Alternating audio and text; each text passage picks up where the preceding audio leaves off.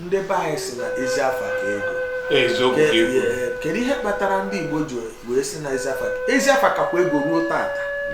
Hapụkwa ihe a na-eme maka na ndị Igbo, aga m na-atụ ilu, ndị Igbo ezi afa ka ego ruo tata, hapụkwa ihe a na-eme maka na ọzụzụ cha n'elu ọzọ n'ala. Ebe ọbụla na-efe n'elu, onyinye ya na-aga n'ala. Maka na a sị na nwatakịrị etoro eto wee gbabe na ị na-awụ ya wee gbuo, maka na okoro elu elu ọghọghọ ọgọdọ, ikuku obulu okoro bụrụ ọgọdọ ya. Ị na-anya ịhụ na ihe akwụ ọbụla ahụrụ taa ọcha taa egbutuo ya taa were eme mmanụ taa were erie ndị taa, ọ bụghịkwa ezigbo akwụ. Ihe a ndị kịta na-eme ọcha acha si gbute, ọcha acha si gbute ọkwa nsọ anyị na-arụ, maka na ihe ọbụla onye metara oge eji si ya wee buru. Ihe ndị a niile abụrụkwa omenala Igbo, ọ bụrụkwa ka anyị si ebi ndụ. Ọkwa anyị amara ebe o si were bịa, o were jide ọtụtụ ndị wee na-alafu, ha wee chefuo na ezi afa ka ego. Ihe ezi afa ji wee karịa ego, ihe ndị Igbo ji ama onye bụ onye bụ kedu onye mụtara gị, kedu ka o si wee kpaa agwa, kedu ka o si wee bie ndụ. Ọnya kpatara ịbịa kpata ndị Igbo ji abụ ha chọọ ịnụ nwaanyị asịsị jụọ ese. Ezi afa anwa ka anaghị asịsị chọba ego ma chọọ ịnụ nwaanyị.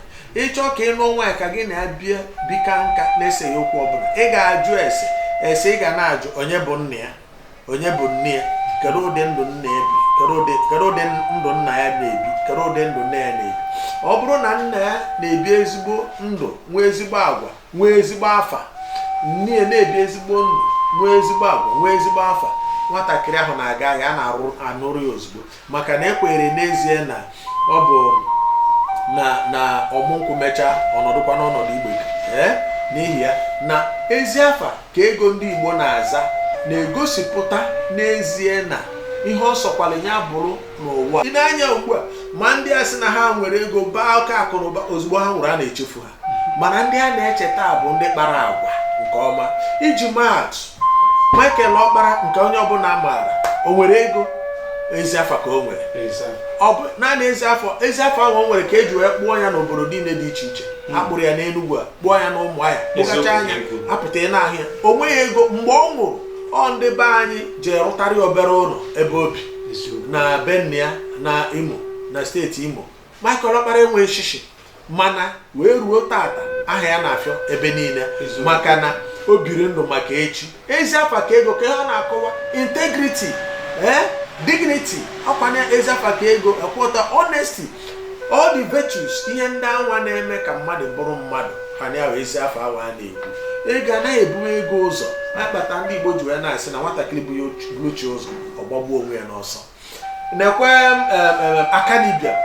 akanibiam o nwere ego, mana ruo echi ya ka a na-akpọ akanibiam. Anụ m na ọ mụrụ nwaanyị, makwụ m ụmụ na ama ofu nwa ka ịba ka ọ mụtara. Kere ebe o nwere ụlọ na Naịjirịa niile. Pụta ugbu a hụ ndị na-achị anyị ebe ọbụla hụrụ a na-azụ akụ na ụba. Ihe niile a bụ ihe efu, vanity of vanities. Ihe niile a bụ alaba aghara. Onwe onye nwụrụ na a na-eji ụlọ elu ya dị na ala bekee were na-echeta. Onwe onye nwụrụ na a na-eji ụlọ kachasị ụlọ niile ọ lụrụ n'ugwu Hausa maọbụ na ọdịda anyanwụ nke Naịjirịa, mba Yoruba maọbụ n'ala Igbo. Onwe onye ji wee na-echeta.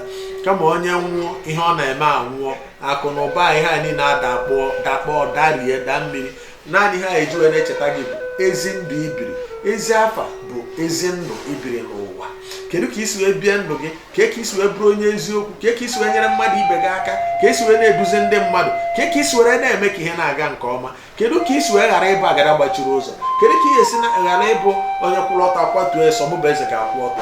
Ọ bụrụ ya, ọ bụrụ ndụ ndị Igbo achọrọ ya. Ụdịrị ndị na-eme tigbuo ozugbo dịka ụdịrị anyị na-ahụ na ndọrọ ndọrọ ọchịchị Naịjirịa ugbu a abụrụ ndụ ndị Igbo. Ndị Igbo bụ egbebere ugobere, nke si bi ebe na nkụkụ anya, anaghị asị achọ ebe ọzọ ọ ga-anọ. Nke si bi ebe na nkụkụ anya, onye ọbụla pụtara nọ n'ala Igbo ga-enwe ka nwanne ya nọrọ. Ọ bụrụ na isi na nwanne gị ga-anọ, ị ga-anwụ, maka na you must accommodate your brother. And isi na ịnabata nwanne gị a ka ihe esi na-enwe ezi afa ha na-abụkwanụ mgbe ọ nọ ndụ ihe a na-eme na-agaghị na-eme. Ọ bụrụ kịta abịa ihe eji ama ha ji na-emetụta ga-aga ebe a bụ mmadụ na-emebiri ụzọ ya, mmadụ dịkwa mba. Efe niile a bụ onye anwa nọcha nwụọ, ihe a ga na-ekwu bụ ndị ndụ ga na-asị Chukwu nna wee mere nke ọma wee wepụrụ anyị ọnya. Mana ọ bụrụ onye bi n'ezigbo ndụ nwere ezigbo afọ, a ga na-ebe akwa mgbe niile a na-echeta ya. Onye kpatara ezi afọ anwa a na-ekwu ka ego ndị ọcha na-eme ya. Onye kpatara ịbịa na ame Katọlik, ịbịa ndị ọcha na-enwe sent. Ndị a na-echi sent bụ ndị biri ezigbo ndụ, ndị nwere ezigbo afa. Ndị ezigbo afa, ndị a niile efu senti onye a senti onye a ezigbo afa. Nwekwe n'ime ha nwere ego. Onwe n'ime ha si ya na-eji ekere ụgbọala kacha ụgbọala nke eji wee mara onwe onye ama. Ile anya hụ na popu anwụrụ ụbọchị a, ịhụrụ akpata eji wee lie ya. Mana ụwa niile bịara ezi afa ka ego. Ị na-anya Pope John Paul II mgbe ọ nwụrụ, onwero ejere na je hụ ndị kapịnta ha pụta akpati ya. Ya ka eji lie. Mana gịnị mere?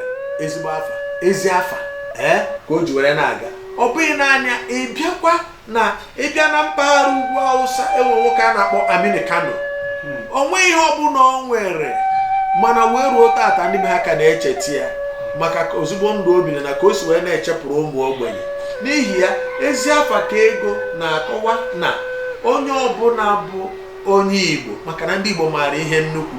Ndị Igbo maara na onye ọbụla na-akwụbara aka ọtọ were na-eme ihe n'ụwa na-emecha na ọ ga-anwụ ọnwụ ọjọọ. Ọ bụghị na anụ na ọ ga-anwụ ọnwụ ọjọọ, agaghịkwa echeta ya. Mgbe ọbụla a nụrụ maka ya, ọ ga na onye anụ maka ya bụpụ asọ si akpọtazi ya ụbọchị ahụ ọ nwụrụ ka echefuru ya. Mana ọ bụrụ onye biri ezigbo ndụ, bie ndụ nke ọma, hapụ ego ihe a na-eme because ọ mmeri aghọtaghị. Ọ bụ na ndị mmadụ ghọtara, ha hụ na ihe ndị a ha na-eme o nwere ebe ọ ga-edu ha were gaa. Ebe ga-edu gị wee gaa ebe a na-aga bụ ezi afa. Kere ebe ahụ a na-aga? Ebe ahụ a na-aga bụ onye nwụcha, ịhụ na onye ahụ anwụghị, a ga na-echeta. Ọzọkwa nwa ọzọ ezi afa na-eweta bụ na ọ bụrụ na nwoke biri ezigbo ndụ nwee ezigbo afa, ịhụ na ụmụ ya tonite ha agaghị ata ahụ. Ọ pụta ọ bụgodu n'obodo ka ọ nọ, ọ bata n'obodo enwe ebe ọbụla ọ gara ajụ nwa m ewu onye aha m bụ Chinedu nwa Nwankwọ. Asị kedu Nwankwọ nke nwa m bịa nọdụ anyị na kedu ihe ị chọrọ ewere na-enye gị. Mana anaghịzi ọ bụrụzi maka ọnwekwala ego. Mba, ihe niile a bụ ihe a na-akọ kịta bụ ha na-eme mmadụ pọpị. Yes, ọ bụrụ ya ndụ ndị Igbo. Ndụ ndị Igbo bụ ibe ezigbo ndụ, bịa nye nke ọma. Ọ bụghị ma ị gara n'ụlọ ụka.